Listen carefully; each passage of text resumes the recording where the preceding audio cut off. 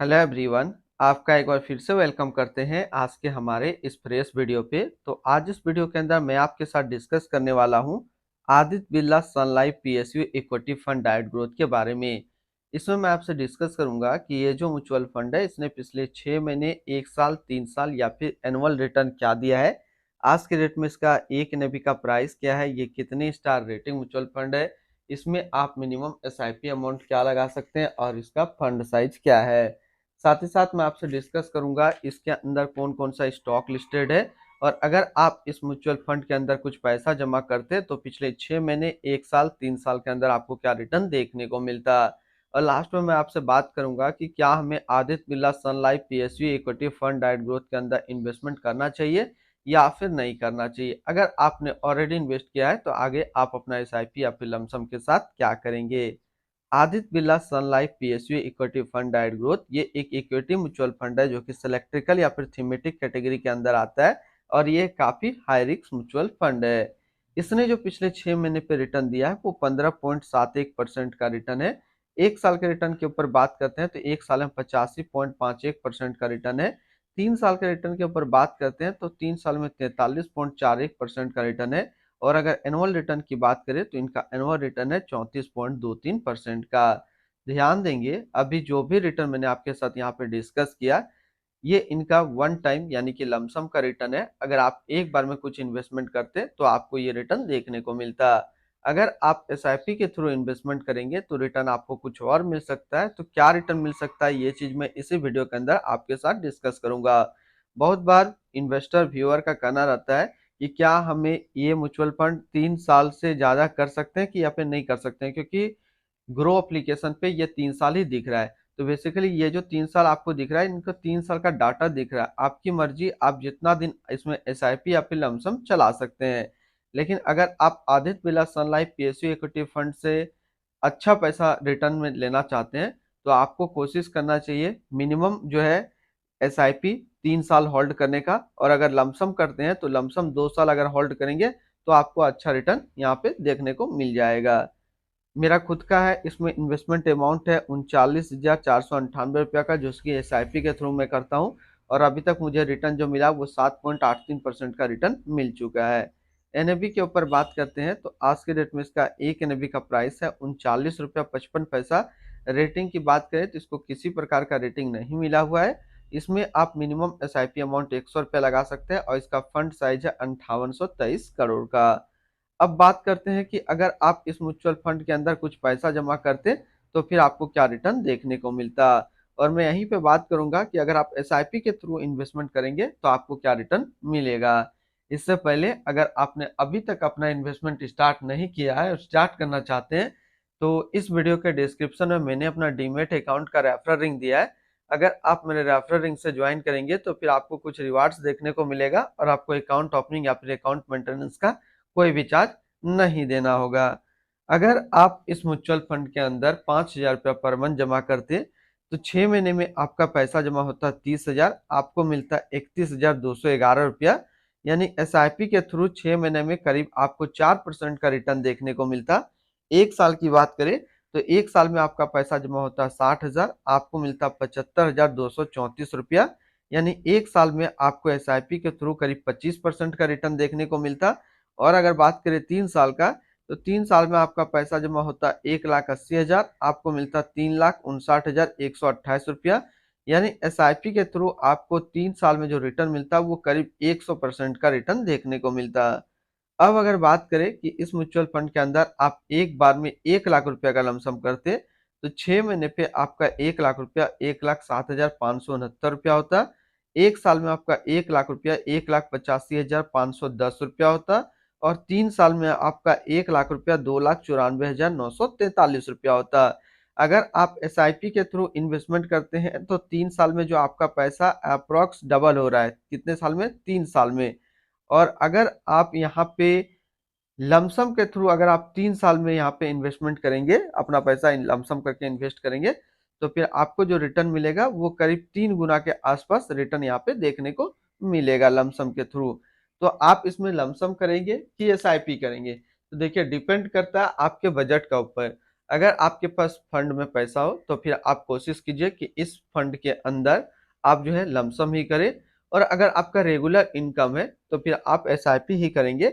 SIP में आपको थोड़ा सा ज़्यादा टाइम लगता है लेकिन रिटर्न आपको अच्छा मिलेगा। होल्डिंग की अगर बात करें तो इसके अंदर जो टोटल स्टॉक लिस्टेड है वो टोटल 43 स्टॉक लिस्टेड है। अगर हम इसमें टॉप 10 है उसके सेक्टर वाइज डिस्कस करें तो पहला नाम आता है State Bank of India financial, NTPC limited energy, oil and natural gas corporation limited energy, power grid corporation of India limited energy, bank of Baroda financial, coal India limited energy, GAIL India limited energy, Bharat electronic limited capital goods, bank of India financial, NMDC metal and mining के क्षेत्र में है। अगर इसकी holding analysis की बात करें तो इक्विटी पे है 92.9% और कैश पे है 7.1%। इसकी इक्विटी सेक्टर एलोकेशन को अगर देखें तो एनर्जी पे है 40.9, फाइनेंशियल पे 29.1, कैपिटल गुड्स 13.7, अदर्स 10.4 और मेटल एंड माइनिंग है 5.9%। तो देखिए Aditya Birla Sun Life PSU equity fund को आगे कौन ले जा सकता है, तो आगे ले जा सकता है इसकी स्टॉक होल्डिंग। और अगर स्टॉक होल्डिंग हम लोग देखें और उसमें इक्विटी सेक्टर एलोकेशन तो एनर्जी क्षेत्र काफी अच्छा परफॉर्म कर रहा है, फाइनेंशियल, कैपिटल गुड्स और मेटल एंड माइनिंग काफी अच्छा परफॉर्म कर रहा है। यानी कि टॉप 5 इक्विटी सेक्टर में टॉप 4 इक्विटी सेक्टर काफी जबरदस्त है। हालांकि अभी थोड़ा सा बीच में डाउन हो रहा है, लेकिन अगर मार्केट में इनको मजबूती मिले तो इनके ऊपर जाने के चांसेस काफी ज्यादा मुझे दिख रहे हैं। तो अगर आप इसमें इन्वेस्टमेंट करना चाहते हैं तो इसके इक्विटी सेक्टर एलोकेशन को देख करके आप इन्वेस्टमेंट कर सकते हैं। यहाँ से अगर देखें तो 50% जो क्राइटेरिया था इन्वेस्टमेंट का वो पूरा हो चुका है, और 50% हम लोग देखेंगे रिटर्न एंड रैंकिंग पे। अगर वो वहाँ भी अच्छा परफॉर्म कर रहा है तो फिर हम लोग इसके अंदर अपना इन्वेस्टमेंट करेंगे। इनकी एडवांस रेशियो की अगर बात करें तो इसका प्राइस टू अर्निंग रेशियो 12.67 और पीबी रेशियो 2.02। अगर आप इस म्यूचुअल फंड के अंदर अपना पैसा इन्वेस्ट करना चाहते हैं तो फिर मिनिमम लमसम आपको 500 रुपया का करना होगा, और अगर आप एसआईपी के थ्रू इन्वेस्टमेंट करना चाहते हैं तो मिनिमम 100 रुपया से आप अपना एसआईपी स्टार्ट कर सकते हैं।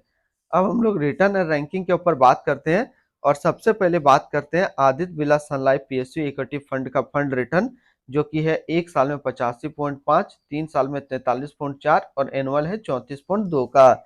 वहीं पे इस कैटेगरी का जो एवरेज रिटर्न होता है यानी कि इक्विटी इलेक्ट्रिकल या फिर थीमेटिक कैटेगरी का म्यूचुअल फंड का 1 साल में 90.4 और 3 साल में 44.8 का है। रिटर्न रैंक की कैटेगरी पे देखेंगे तो 1 साल में ये अपना कैटेगरी में 3 नंबर पे रैंक करता है और 3 साल में 1 नंबर पे रैंक करता है। तो अगर आप पीएसयू म्यूचुअल फंड ढूंढ रहे हैं तो ये आपके लिए अच्छा विकल्प है, आप इसके अंदर अपना इन्वेस्टमेंट कर सकते हैं। अगर आपने ऑलरेडी इन्वेस्ट किया है तो फिर आगे आप अपना एसआईपी या फिर लमसम को कंटिन्यू रखेंगे। अगर इसके आसपास आपको सिमिलर फंड्स देखना पीएसयू पे तो आप ट्राई कर सकते हैं एसबीआई पीएसयू फंड एंड दूसरा है इन्वेक्सो इंडिया पीएसयू फंड। इनकी एक्सपेंस रेशियो के ऊपर बात करें तो इनका एक्सपेंस रेशियो 0.43% का। एग्जिट लोड की बात करते हैं, अगर आप इन्वेस्ट किया हुआ पैसा 30 दिनों के अंदर निकालेंगे तो फिर आपको 1% का एग्जिट लोड देना होगा। और स्टम्प ड्यूटी की बात करें तो स्टम्प ड्यूटी है 0.005%।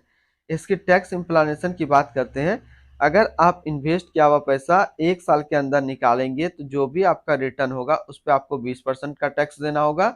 अगर आप 1 साल के बाद इससे अपना पैसा निकालते हैं और 1 साल में 1,25,000 का रिटर्न बनता है तो फिर आपको 12.5% का टैक्स पेमेंट करना होगा। कहने का मतलब कि अगर आप 1 साल से पहले इससे एग्जिट करते हैं तो कुछ भी आपका टैक्स बने, 1 रुपया का भी टैक्स बने, 5 रुपया का भी टैक्स बने, आपको उसका 20% टैक्स पेमेंट करना है।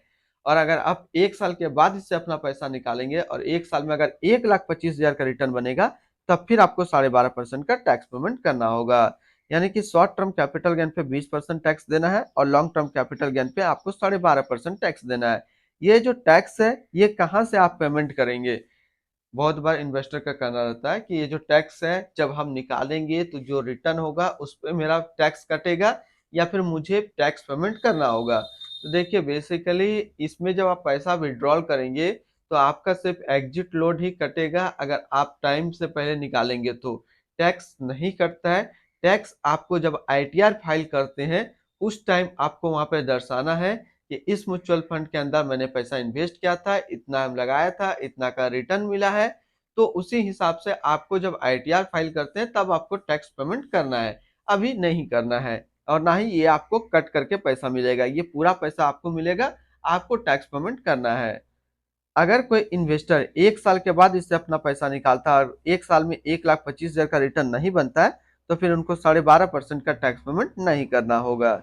इनकी fund house and investment objects की अगर बात करें, तो Aditya Birla Sun Life mutual fund total asset पे इंडिया पे नंबर 4 पे रैंक करता है। इसका टोटल असिस्ट अंडर मैनेजमेंट है 3,59,537 करोड़ का। Aditya Birla Sun Life PSU equity fund direct growth, ये एक इक्विटी म्यूचुअल फंड है जो कि लॉन्च किया गया Aditya Birla Sun Life mutual fund की तरफ से। महेश पाटिल अभी इस फंड का करंट फंड मैनेजर है। इस फंड का करेंटली असिस्ट अंडर मैनेजमेंट है 3,59,537 करोड़ का और लेटेस्ट ने भी 39 रुपया 55 पैसा। Aditya Birla Sun Life PSU equity fund direct growth, ये एक काफी हाई रिस्क म्यूचुअल फंड है। इसमें मिनिमम एसआईपी अमाउंट 100 रुपया का सेट किया गया है और मिनिमम लमसम 500 रुपया का सेट किया गया है। अगर आप इन्वेस्ट किया हुआ पैसा 30 दिनों के अंदर निकालेंगे, तो फिर आपको 1% का एग्जिट लोड देना होगा। और इसकी फंड बेंचमार्क की अगर बात करें, तो इसका फंड बेंचमार्क है BSE PSU total return index. तो आज इस वीडियो के अंदर मैंने आपके साथ डिस्कस किया Aditya Birla Sun Life PSU equity fund के बारे में। फिर मिलते हैं हम लोग नेक्स्ट कोई इस तरीके का वीडियो की अच्छी जानकारी को लेकर के।